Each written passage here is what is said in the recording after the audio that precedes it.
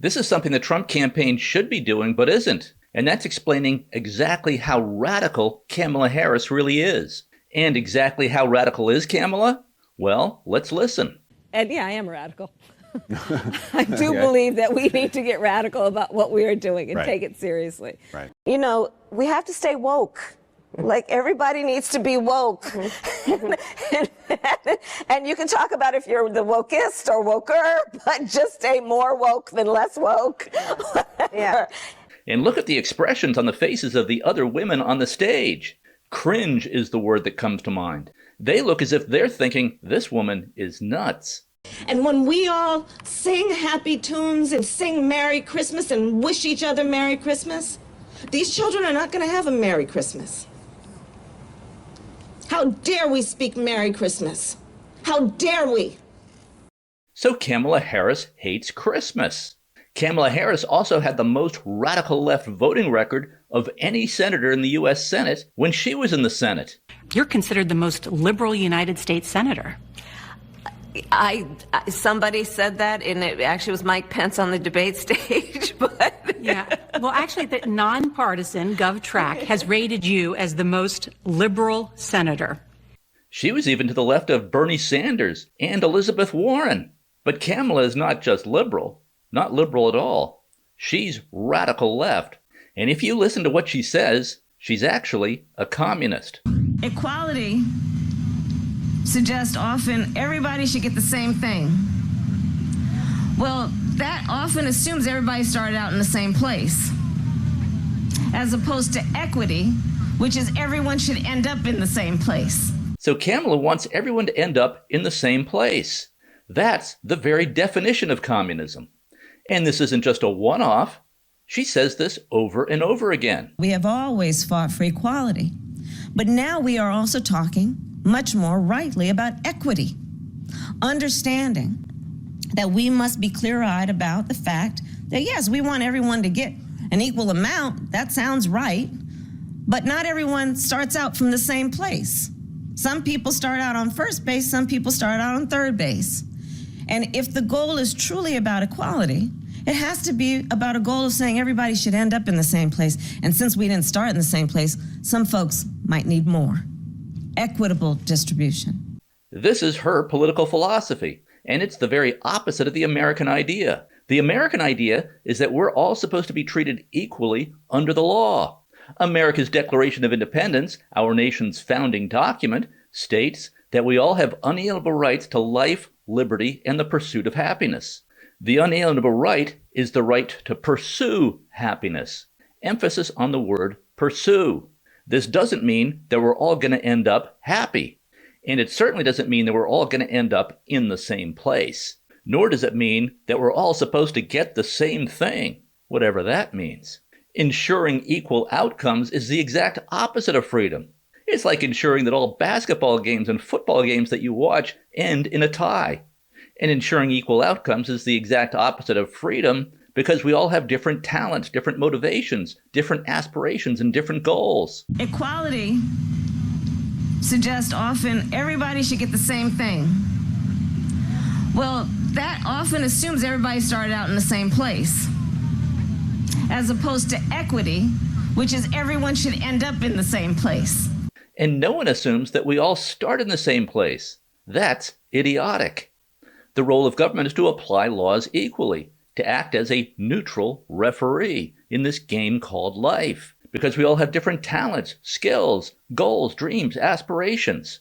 Some, like Elon Musk, have a ferocious work ethic.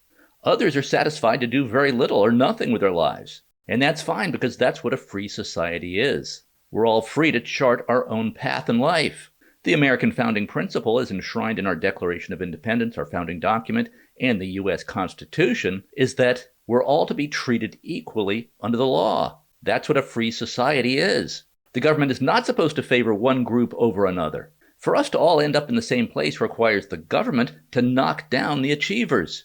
And even if equal outcomes is something we should want, which it isn't, communism has never actually achieved this in the real world. Even if this would be a good idea, which it isn't. Communist countries are always dictatorships, where those in charge are fabulously wealthy, and everyone else live in grinding poverty, or end up in slave labor camps or in mass graves. Over the last 100 years, communism has produced this, and this, and this. And the reason that communism produces so much death and misery is because it goes against human nature. People naturally want to be free. People want to be free to pursue their own dreams, aspirations, and goals. And the aspiration to achieve is what fuels human progress. And wouldn't it be boring if every sporting contest ended in a tie? The great achievers, the great performances, the amazing creations and inventions are a big part of what make life interesting. But Kamala says she rejects the principle of equal treatment under the law, which is the founding American principle. Instead, she talks about this concept called equity. We have always fought for equality, but now we are also talking much more rightly about equity. Yes, we want everyone to get an equal amount. That sounds right. But not everyone starts out from the same place. And if the goal is truly about equality, it has to be about a goal of saying everybody should end up in the same place. And since we didn't start in the same place, some folks might need more. Equitable distribution. She says everyone's supposed to get an equal amount. Kamala says we all need to end up in the same place. Equitable distribution, she calls it. Equitable distribution. Well, that's the very definition of communism. And that's Kamala's prescription for America. And she was probably the only actual communist in the U.S. Senate, to the left of even the self-described socialist Bernie Sanders. And of course, there's not a single example in history of communism actually working, because the whole point of communism is to crush the achievers and the producers in order to achieve equal outcomes. That equal outcome being poverty for all. And the whole point of communism is to crush individualism, to crush the human spirit. Crush individual freedom. All of your individual aspirations, dreams, hopes, goals are to be sacrificed for the collective. And then how about Kamala Harris's first decision since she was installed, not elected, installed as the Democrat nominee for president? She decided to pick the most radical left governor in the entire United States. She picked the governor of Minnesota, Tim Walz. And you might remember that Governor Tim Walz, governor of Minnesota, presided over the most destructive anti-police riots in 2020 in the wake of the killing of George Floyd. Tim Walz, as governor of Minnesota, on purpose allowed Minneapolis and St. Paul to burn. These anti-police riots in a few Democrat-controlled cities resulted in the deaths of at least 34 people, including police officers, and caused billions of dollars in damages. People lost their homes, their lives, and their businesses in these riots.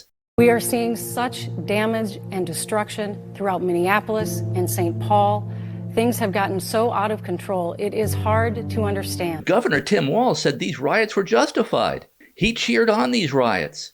A society that does not put equity and inclusion at the center of it is certainly going to eventually come to the places where we're at. This is a moment of inflection. It's a moment of real change. It's a moment that those folks who are out there demanding this are not going to take a commission or a report. They're going to want fundamental change. And that is what I think, that's one of the exciting things in the midst of all this. He calls the riots exciting. And here's what Tim Walz's wife, Gwen, had to say about the riots.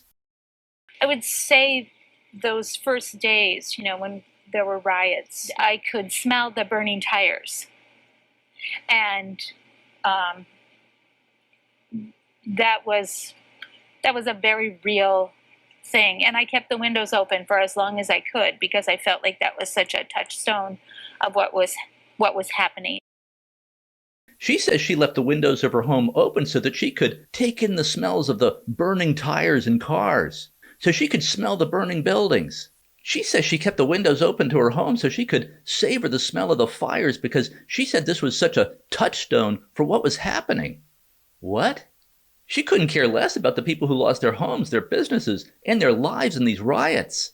And these were mostly lower income people, by the way. Where are these people, these lower income people, going to buy their groceries now that the stores have been burned to the ground? It's been a chaotic, at times violent day in South Minneapolis, turning into a situation unlike anything we've ever seen in our community. From Chopper 5 up above, we can see the plume of smoke drifting towards downtown Minneapolis. I'm proud of Minnesota's response. I'm proud of Minnesota's response. He's proud of Minnesota's response? The murder of George Floyd shocked not just Minnesota, nor the nation, it shocked the world. Again, Tim Walz defending the riots. Started vandalizing the building, shattering a window, spray painting squad cars. We are asking the governor, we're asking Mayor Fry, what is the plan here? Don't ever shy away from our progressive values. One person's socialism is another person's neighborliness. We saw people throwing rocks at police cars, at the precinct building. This has gotten so out of control, it is definitely not a safe situation for anyone. What can you say to Minnesota? Are we going to be safe? Are we going to be okay? Are businesses going to go down? Even this presumably progressive media interviewer can't believe what she's hearing from Governor Tim Walz in terms of response to the riots. What can you say to Minnesota? Are we going to be safe? Are we going to be okay? Are businesses going to go down? Your thoughts? Well, it's my responsibility. I would tell Minnesotans that we are doing everything in our power to do that. And I want to hold those two truths at the same time. The folks you see out there at Brooklyn Center are in trauma, and they're rightfully angry at a system that does not serve them and puts black youth and people of color at risk. Now, the folks he's talking about here at the Brooklyn Center are the rioters. He's saying the rioters are in a trauma. He could not care less about the homes and businesses burning to the ground, or the people who are losing their lives in these riots. He says the rioters are rightfully angry at the system. Please, Governor Walz, Mayor Fry, explain to us what the plan is. We've seen protesters attacking police, defacing buildings, and looting from businesses. The place is completely trashed. A lot of stuff has been hauled out of there. Sadly, no police presence in that area whatsoever. I'm just so baffled. If this is being in charge, this is not a good look. There is oil, there are chemicals, there are paints, all sorts of things that are combustible and that could really cause a huge explosion. People are scared and people are angry and people want to hear from their governor. This is a fail. I mean, this is an abject failure. Tim Walz was a vocal advocate for the defund the police movement. He hates the police. He thinks the police are the problem. And of course, the heaviest tax there is violent crime, lack of law and order. And this tax, this crime tax, hits low-income Americans the hardest.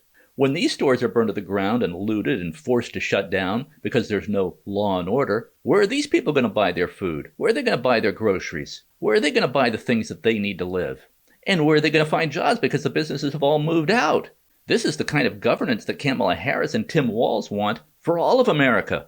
Even Tim Walz's overwhelmingly Democrat constituents can't believe what they saw under his leadership in Minnesota. Lisa Sutton remembers what it was like to live in fear. I lived in the city at that time. It was very scary. Sutton is a Democrat and says what leaves her unsettled even now is how her Democratic governor, Tim Walz, responded to the riots years ago.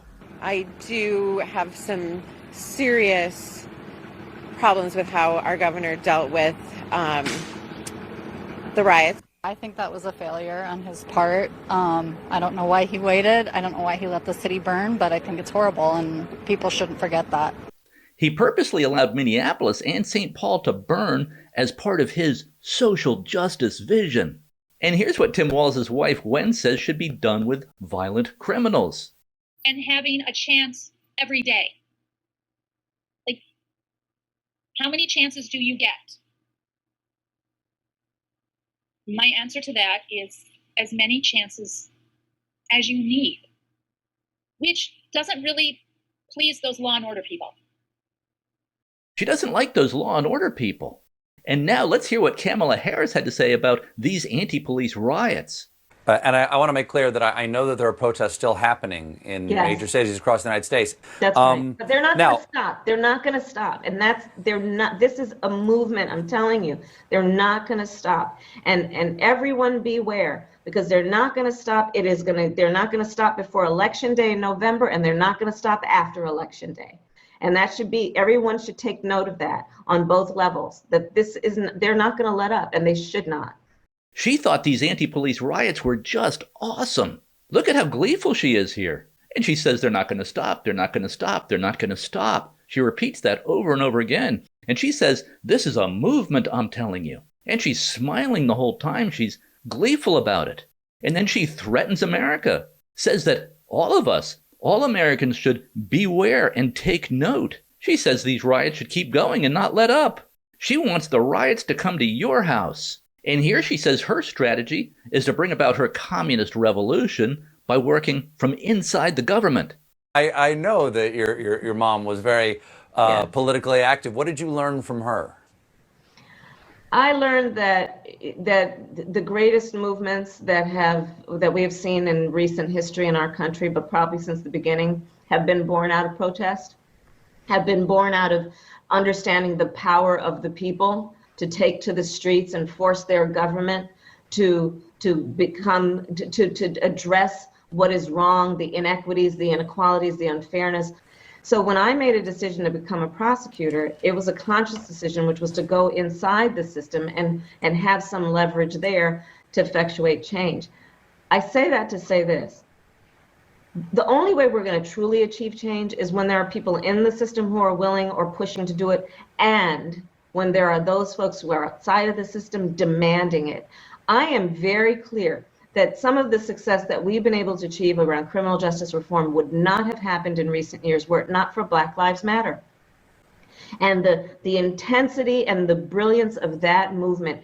These movements provide a counterforce to get us to where we need to be. And she says these riots will get us to where we need to be. And Kamala even raised money to help bail out the anti-police rioters. Her fundraising link to bail out the rioters is still up on X. It's a link to the Minnesota Freedom Fund.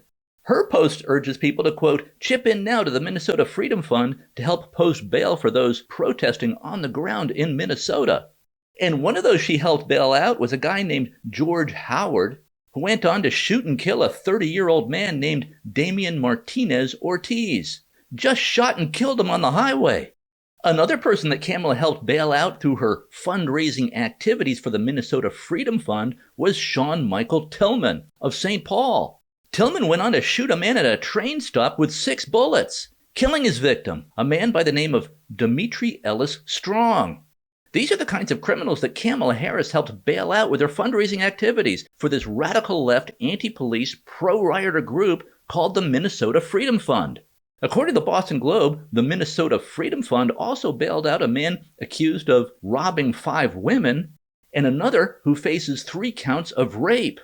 And notice what Colbert here says at the start of the clip about Kamala's mom being politically active. I know that your mom was very politically active. What did you learn from her? I learned that the greatest movements that we have seen in recent history in our country, but probably since the beginning, have been born out of protest. Both of Kamala Harris's parents were Marxist professors. Kamala Harris's dad, Donald Harris, was a self-described Marxist professor of economics at Stanford University.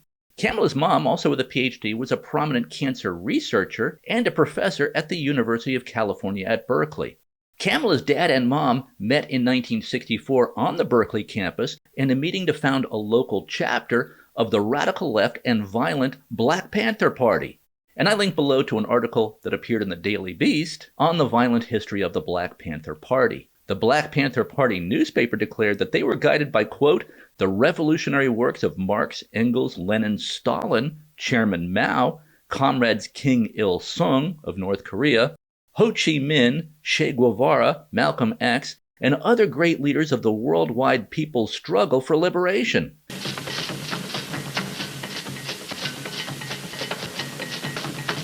When Fidel Castro started the revolution along with Che Guevara, it was 12 of them all together. And they showed the people that the army was not bulletproof, that the police were not bulletproof, and that Batista's regime is not a regime that was impossible to topple. The Black Panther Party feels very much the same way, and it's the people that will cause the revolution, and it's the people that will cause the change in the country. So the Black Panther Party was openly communist. And that's who Kamala's parents were. Kamala Harris's Marxist ideology was shaped by her parents. But also, Kamala is not an intelligent person. Kamala's parents were very intelligent, though communist, though Marxist. Kamala is not. She's as dumb as a rock. Here's how she answered a question about how she plans to bring inflation down that occurred under her watch, the highest inflation rate since the 1970s and early 1980s. Listen to what she says when she's asked about how to bring inflation down. Ma'am, the U.S. is experiencing record inflation, the worst in 30 years, way beyond expectations. Can you tell us a little bit about how you would prevent the new spending and your Build Back Better agenda from exacerbating the problem? And also, what else are you going to do to fix this problem with inflation? Well, let's start with this. Prices have gone up. And families and individuals are dealing with the realities of that bread costs more, that gas costs more. And we have to understand what that means. That's about the cost of living going up. That's about having to stress and stretch limited resources. That's about a source of stress for families that is not only economic, but is on a daily level, something that is a heavy weight to carry. So it is something that we take very seriously, very seriously. Kamala Harris is a complete illiterate on economics. She knows nothing at all about economics. She says that she wants to bring inflation down, the inflation that she and Joe Biden caused with their wild spending and money printing. She wants to bring that down, fix that by imposing caps on prices. Well, the problem with capping prices is that you always end up with shortages because government bureaucrats have no idea what the price of things should be. So the state of California recently imposed price caps on home insurance, and the result was that insurance companies stopped selling home insurance. So you can't get home insurance in California, at least if your house is above a certain value. And President Richard Nixon imposed wage and price controls on America temporarily in an effort to bring down inflation. And the result was empty supermarkets and empty grocery stores. Nixon ended that disastrous experiment after 90 days because it was such an immediate and obvious disaster. Price caps and wage and price controls, that's Soviet-style economics, which produces bread lines and empty store shelves. And you never knew how much bread would be delivered to our village. Sometimes it will be small delivery. They were allowed to buy only half of bread per person. Or maybe they say today only 2 loaves of bread per household. So it doesn't matter how many people you have. Since delivery, for whatever reason, they didn't bake enough bread, then you have to buy even less. So I don't remember ever any bread left after that evening delivery. And usually there was only one type of bread. We call it bukhanka. And of course, if people manage to get their hands on more bread, they will feed to pigs because that was a cheap way of feeding your animals, especially pigs. So then, of course, you already spend in line about 2 hours. Then bread comes in, you spend another hour waiting for your turn to purchase bread. Then you walk back home. So 3 times a week, I would waste at least 3-4 hours, so almost 10 hours every week just for buying bread, so our family has enough bread to eat. This is what Comrade Kamala Harris is proposing for America. And she literally makes no sense when she goes off script. Because when we think about the strength of our democracy, I think that there's a duality to the nature of democracy. When it's intact, it's so strong in terms of what it does to uphold and protect individual rights and freedoms. So strong in its nature. And it is very fragile. It will only be as strong as our willingness to fight for it. Well, I think culture is a reflection of our moment and our time, right? And present culture is the way we express how we're feeling about the moment. And we should always find times to express how we feel about the moment that is a reflection of joy, because it comes in the morning.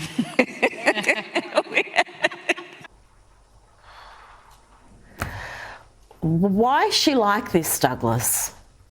And it is with this understanding, this vision, to see what can be unburdened by what has been. Fair enough. But that phrase about seeing what can be unburdened by what has been, that sounds kind of familiar, doesn't it? I can imagine what can be and be unburdened by what has been. You know? What can be unburdened by what has been. What can be unburdened by what has been. What can be unburdened by what has been. What can be unburdened by what has been. What we can see, what we believe can be unburdened by what has been. What can be unburdened by what has been. What can be unburdened by what has been. What can be unburdened by what has been. Who we can be, unburdened by who we have been. What can be unburdened by what has been. And talking about the significance of the passage of time, right? The significance of the passage of time. So when you think about it, there is great significance to the passage of time in terms of what we need to do to lay these wires, what we need to do to create these jobs. And there is such great significance to the passage of time when we think about a day in the life of our children. I mean, one of the young leaders was talking to me about climate mental health. I said, tell me what's going on with your peers. Climate mental health. And she talked, I said, I think I understand that, but unpack it for me. And she talked about how her peers are thinking about it. One example is, you know, whether when they're ready, could they start a family? Yes. Worried about what that would mean. And the stress of it. They were talking about it in terms of their peers trying to figure out, you know, they're going to have to get a job and they're going to have to make a living, but what can they do and how can they adapt the education that they're having now to their activism? Anybody listen to Kamala and her explanation on the Ukraine-Russia crisis on that radio station where she explained it like a kindergartner? In Europe, it exists next to another country called Russia. Russia is a bigger country. Russia is a powerful country. Russia decided to invade a smaller country called Ukraine. So basically, that's wrong. Another example of her not being very impressive with the things that come out of her mouth. So Kamala Harris is a very stupid person. She's also not a very nice person. Since she's been vice president, 92% of her staff has quit because she's so abusive. The Washington Post spoke with 19 former Harris staffers who describe a toxic work environment. One staffer described working for Harris as soul-destroying. She's also destroying our country with her handling of America's southern border. A full-blown humanitarian crisis is unfolding on the southern border. Remember, Joe Biden put her in charge of the southern border, made her the border czar. And more than 10 million migrants have poured across America's southern border under Harris-Biden, by design and on purpose. And these 10 million migrants who have flooded across our southern border are just the ones we know about. This doesn't include the gotaways. When we include the gotaways, the people we don't know about, the number is probably more like 15 million migrants who have poured across our border under Harris-Biden. So that's more than the combined populations of New York City, Los Angeles, and Chicago. Probably more than the combined populations of America's 10 biggest cities. That's how you destroy a country on purpose. Take a look at this. In the Rio Grande Valley, where I was yesterday at the river crossing, just hundreds on the bank coming hour after hour. I have been multiple times to that very point, and I can tell you it's certainly in full force right now.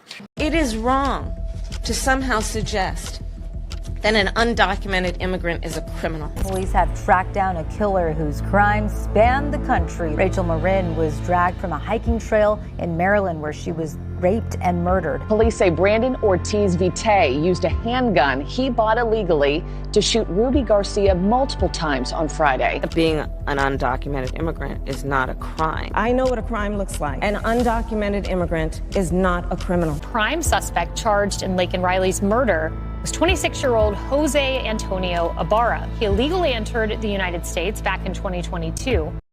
Have the courage to reject that term, illegal alien. An undocumented immigrant is not a criminal. An undocumented immigrant is not a criminal. A Texas grand jury indicted Rafael Govea Romero. He's accused of attacking 16-year-old Lisbeth Medina by repeatedly hitting her head and stabbing her. An undocumented immigrant is not a criminal. An undocumented immigrant is not a criminal. But also more than 120,000 military-age males from the Middle East and other terrorist hotspots have come across our southern border under Harris-Biden. Operatives from China, Russia, and Iran are coming across our wide-open southern border.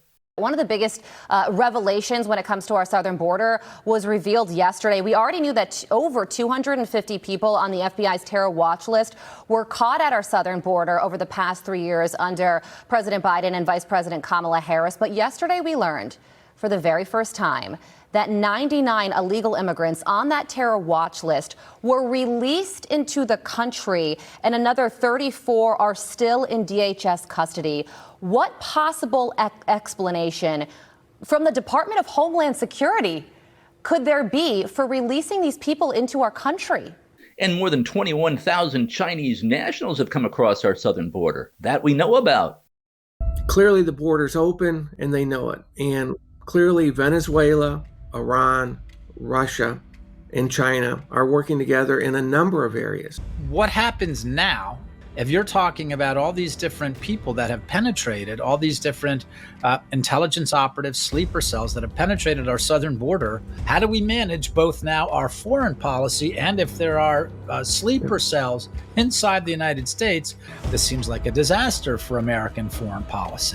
The Border Patrol has even arrested 5 terrorists connected with ISIS. It's just absolutely insane. And here's Joe Biden during his 2020 campaign calling on migrants to surge the border. I would, in fact, make sure that we immediately surge to the border. All those people are seeking asylum. They deserve to be heard. That's who we are. We're a nation that says if you want to flee and you're fleeing oppression, you should come.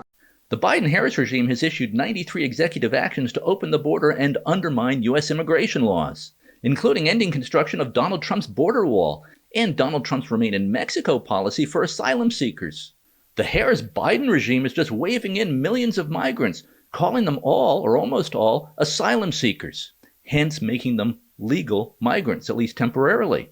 But Kamala Harris has already told us that she wants to make them all U.S. citizens so they can vote. And here we see illegal migrants wearing Biden-Harris shirts. Es el presidente y la vicepresidenta de los Estados Unidos. Pero entonces ya lo traigo aquí para que me dejen entrar. They know who's waving them in. And of course, the reason that Kamala Harris and the Democrats are doing this is because they believe that these tens of millions of migrants are future Democrat voters. This is the Democrat strategy to lock in permanent one-party Democrat rule. It's also important to note that all these illegal migrants are counted by the U.S. Census for the purpose of increasing a state's number of congressional seats. So there's a big political incentive for Democrat-controlled states and jurisdictions to allow as many illegal migrants as possible to pour into their areas, to pour into their states and cities. And that's why Democrats are enacting sanctuary city and state laws wherever they can. Sanctuary cities and states are places that refuse to cooperate with U.S. immigration enforcement. What is your position on San Francisco as a sanctuary city?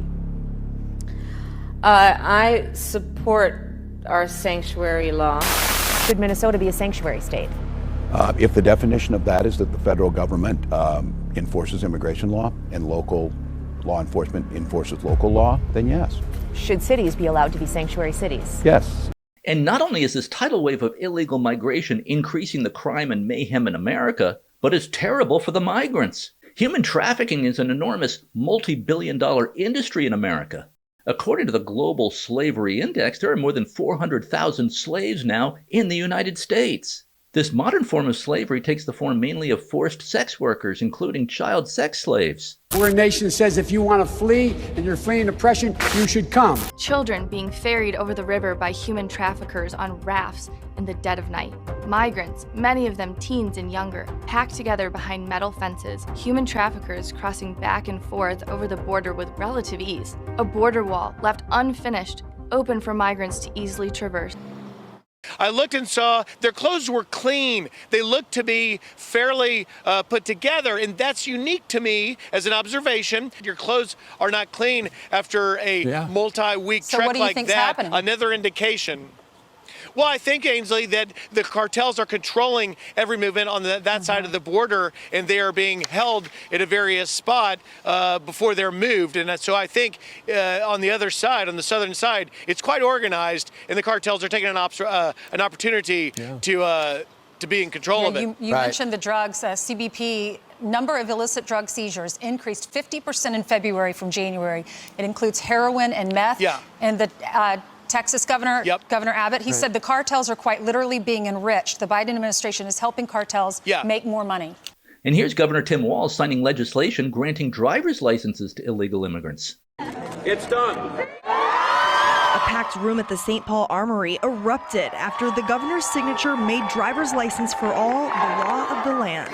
He also created a Minnesota Department of New Americans that would make sure these illegal migrants get free health care, free education, free housing, free college. The United States is spending more than $450 billion this year alone in 2024 to provide for these 10 or 15 million migrants who have just poured across our southern border under Harris-Biden. That amounts to $3,527 per American household in additional spending this year on these migrants who Harris-Biden waved into our country. He talks about this wall.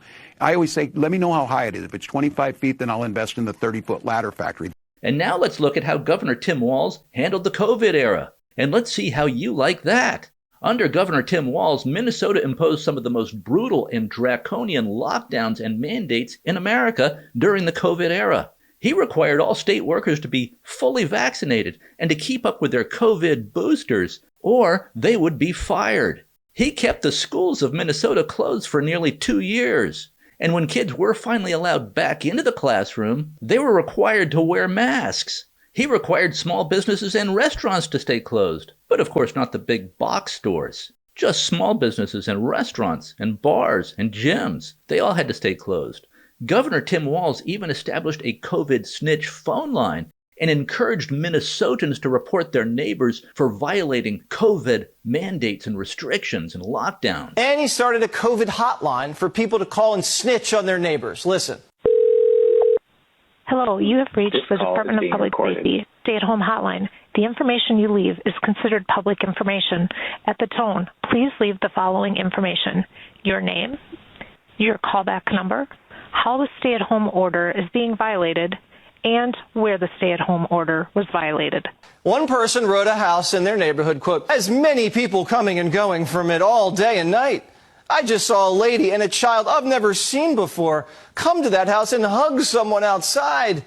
There's a lot of that type of thing at this address, and it's concerning. There are still large groups meeting at the park. Tonight at 5:30, more than 10 kids playing soccer. Please have the city take down the equipment to stop this." This Minnesota restaurant was fined $10,000 for violating Tim Walz's restaurant lockdown policy. You about Joe's Diner in East Grand Forks that opened in defiance of the governor's COVID shutdown order. Well, that's already resulting in a major fine. And here's what Minnesota bar owner Greg Urban says about Governor Tim Walz's leadership during the COVID era. Get to this story now. The owner of Wild Greg's Saloon shut down his bar in Minneapolis. Who do you blame for this? Would you blame Tim Walz, the governor? I mean, what happened? Yeah, I think Tim Walz is absolutely to blame. You know, Tim Walz shut our state down for the better part of 2 years. So we have 3 more locations in Austin, Texas, Pensacola, Florida, and Lakeland, Florida. And, you know, Florida and Texas and states that are pro-business really are the place to be. And we're glad and happy to operate in those states. And here's a restaurant owner who said she had to reopen, even though in violation of Tim Walz's bar and restaurant lockdown order. I didn't feel I had a choice, Dave. I feel like we have been put in a place where we're losing our businesses. My employees are losing income, and I just didn't have a choice anymore, and I didn't foresee him opening up anytime soon. How has these shutdowns affected your business and friends of yours that are in the business community? How impactful has it been? It's been tremendous because North Dakota is just 300 feet away, and they're traveling over to North Dakota. It's hurting the retail businesses as well because people aren't coming to this side of the river to even shop there.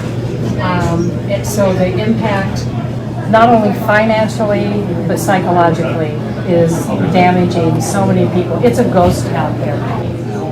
If you've seen Facebook and other media like I have, where we've seen Governor Walz out and about with his friends, with no mask on, no social distancing, it's discouraging to me, and it's hypocritical. How does it make you feel when you see that and hear about that? It's very upsetting. And here's yet another Minnesota restaurant owner who tried to fight Tim Walz's lockdown order. Far from a secretive speakeasy, the images from Alibi Drinkery in Lakeville show people packed together in defiance of the governor's order, watching him talk about the latest restrictions on the bar's TV sets as the co-owner beams with pride. I can't tell you how many people stopped and shook my hand and said thank you for allowing me to be here and for allowing us to be able to feel normal again. Attorney General Keith Ellison has sued Alibi and Neighbors in Princeton, which also opened Wednesday, asking a judge for a temporary restraining order to shut their doors, as he's done with other bars that have opened in defiance during the pandemic. And by the way, we have not lost one single case that we brought. We're 100%. We're batting 1,000. Here at Neighbors on the Rum in Princeton, after they received their sanctions, they went back to curbside and delivery, saying they made their point. I wasn't going to push it with today. Fair is fair. You know, we made our stand. We gave her a one-day deal. You know, we're probably going to have some repercussions because of it. Yeah. But I'm prepared for those. Besides the lawsuit, both businesses were slapped by the Department of Public Safety with a letter stating intent to suspend their liquor licenses for 60 days after an administrative hearing. Unlike Neighbors, Alibi opened up again Thursday, the co-owner saying she will fight in court. It's in violation of our constitutional rights. And here were parents protesting Governor Tim Walz's ban on youth sports during the COVID era. Protesters not happy with Minnesota's dial-back order took their voices to Governor Tim Walz's mansion in St. Paul today. Let them play! Let them play! Let them play refers to one of the new restrictions in Minnesota that puts a pause on youth and high school sports. It's one of several restrictions that went into effect overnight. David Schumann spoke to protesters about their concerns that the cure shouldn't be worse than the virus. Governor Tim Walz's home looked like a Halloween prank. Streamers draping the fence and angry signs stretching every few feet. We want our lives back to normal. Let us work! Let us work! Hundreds of people were here to express their displeasure with the state's dial-back order that began Saturday. For the next 4 weeks, bars and restaurants will be takeout only. Gyms are closed, and youth sports are on pause. She wants to go to the gym, play some tennis, meet with her friends there, her coach, and he tells us no. It's terrible. Let them play! Let them play! We have a lot of friends locally who own small business bars, and they're just suffering. And here's what Minneapolis looked like under Governor Tim Walz's COVID-era lockdowns. Looked like a ghost town. And this, of course, had a devastating impact on Minnesota's economy and the people of Minnesota, especially the children of Minnesota. It's also very interesting to see how Tim Walz is deleting all of his posts on COVID since Harris picked him as her vice presidential running mate. But with help from the fake news propaganda machine, Harris and Walz are now trying to present themselves as moderates until the election. And here's Governor Tim Walz signing a law that would take custody away from parents who stand in the way of their child getting gender transition surgery, even if the child is under age 13. Our children tell us who they are. It is our job as grown-ups to listen and to believe them. It was an event that had all the trappings of a bill signing ceremony. A huge crowd of lawmakers, advocates, and families gathered in support of legal protections for people seeking gender-affirming care for themselves or their children. These are damaging, lifelong procedures. And Democrats keep saying that they're the party of democracy.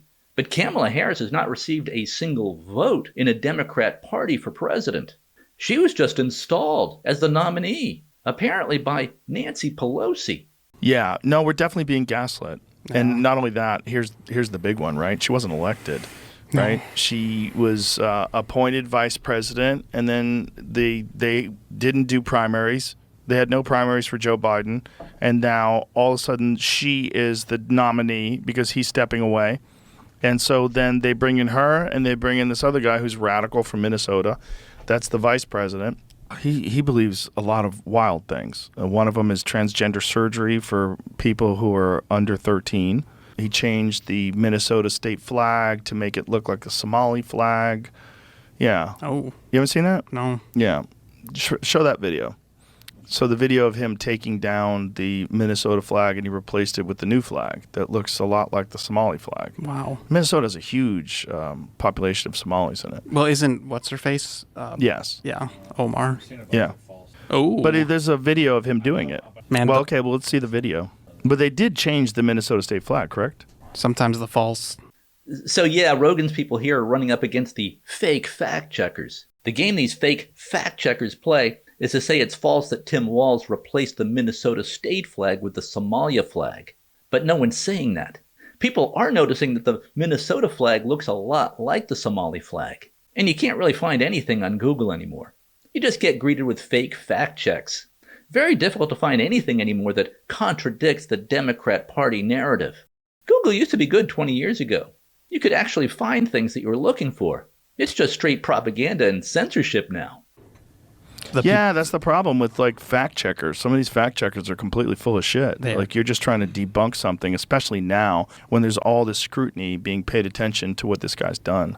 What have you? What's the false stuff, Jamie? It's not the flag itself, correct? Yeah, I typed in. I was just trying to even get to it. A whole bunch of stories are popping up. I'll just show you this. Like, no, he didn't give him a Somali flag. No, he didn't change it to resemble Somali. False Somali. But state what does flag. it look? Okay, but what does it look like now? That's what I was trying to get to. Okay, on the left is Somali flag. On the right is the Minnesota state flag.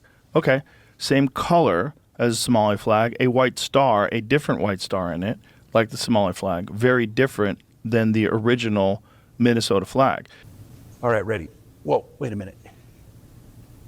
So he gets the flag, picks it up, moves it out of the way, and replaces it. Look at this.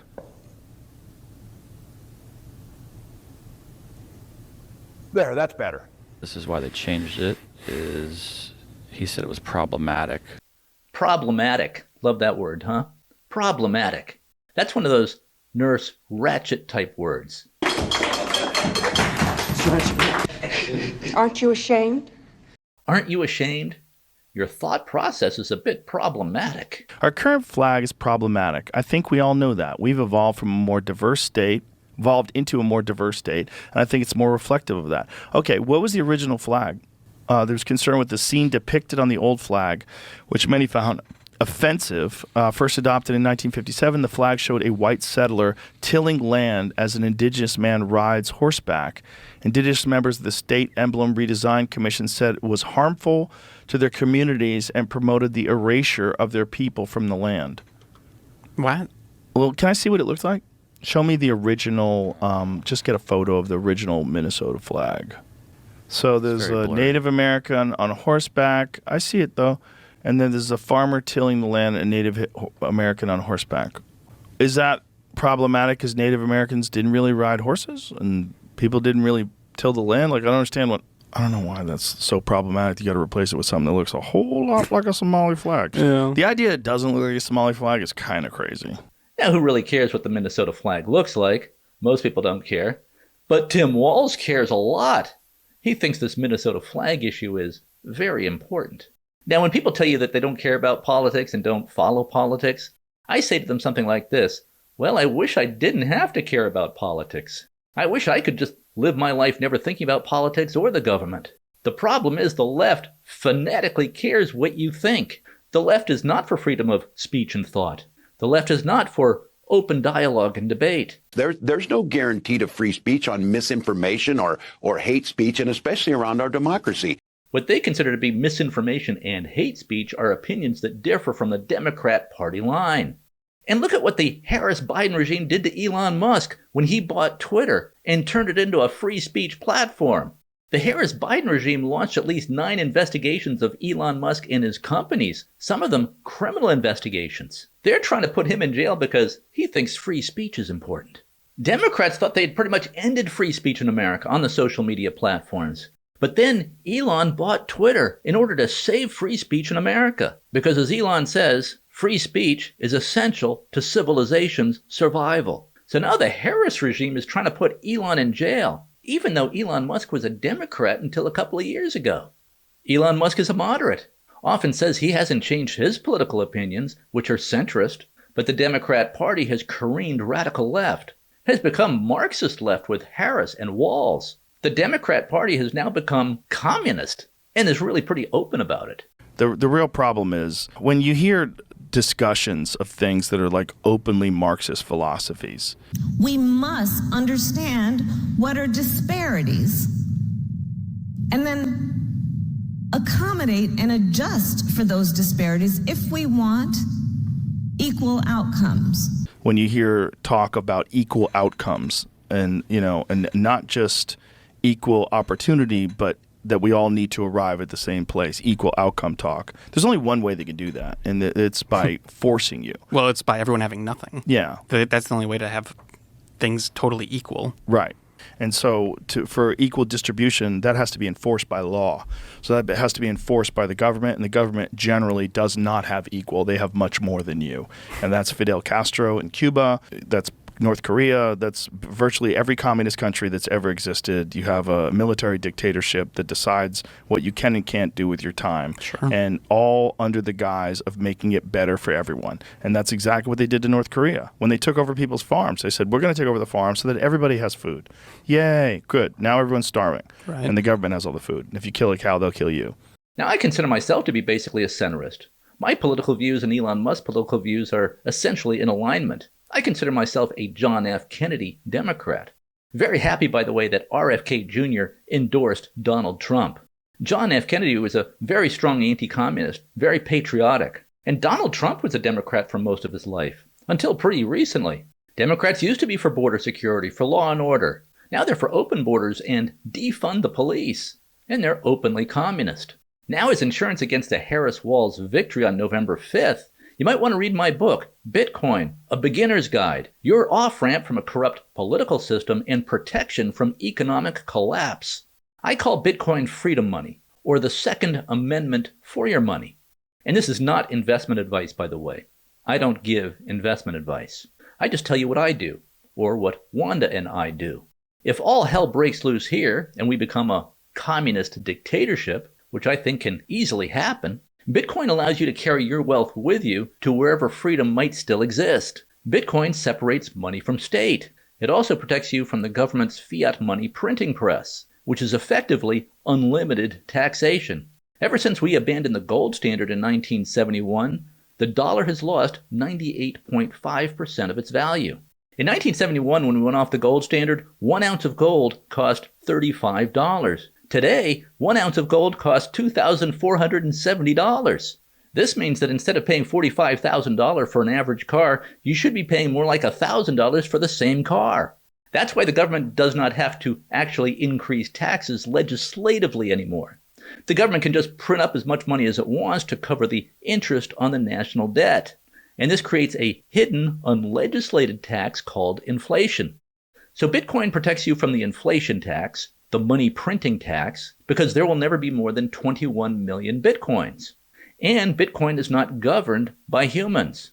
The supply and the rules of Bitcoin can never be changed.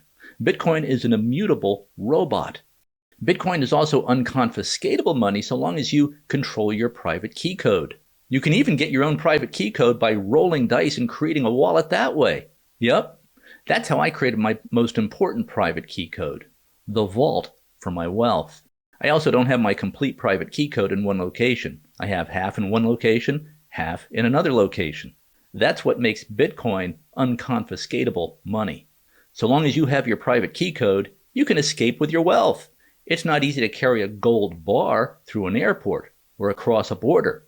But if you can remember a 12-word private key code recovery phrase, you can carry your wealth in your head with Bitcoin.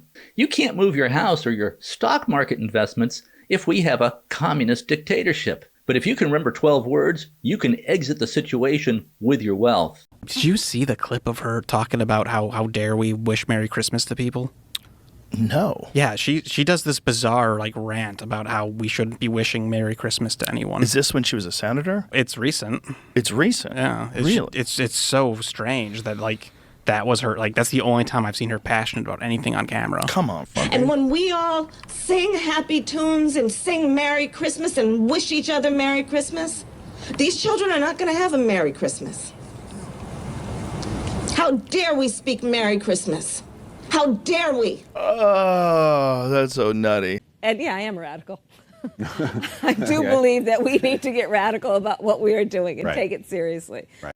So we keep about 10% of our assets in Bitcoin in case there's a communist takeover here on November 5th.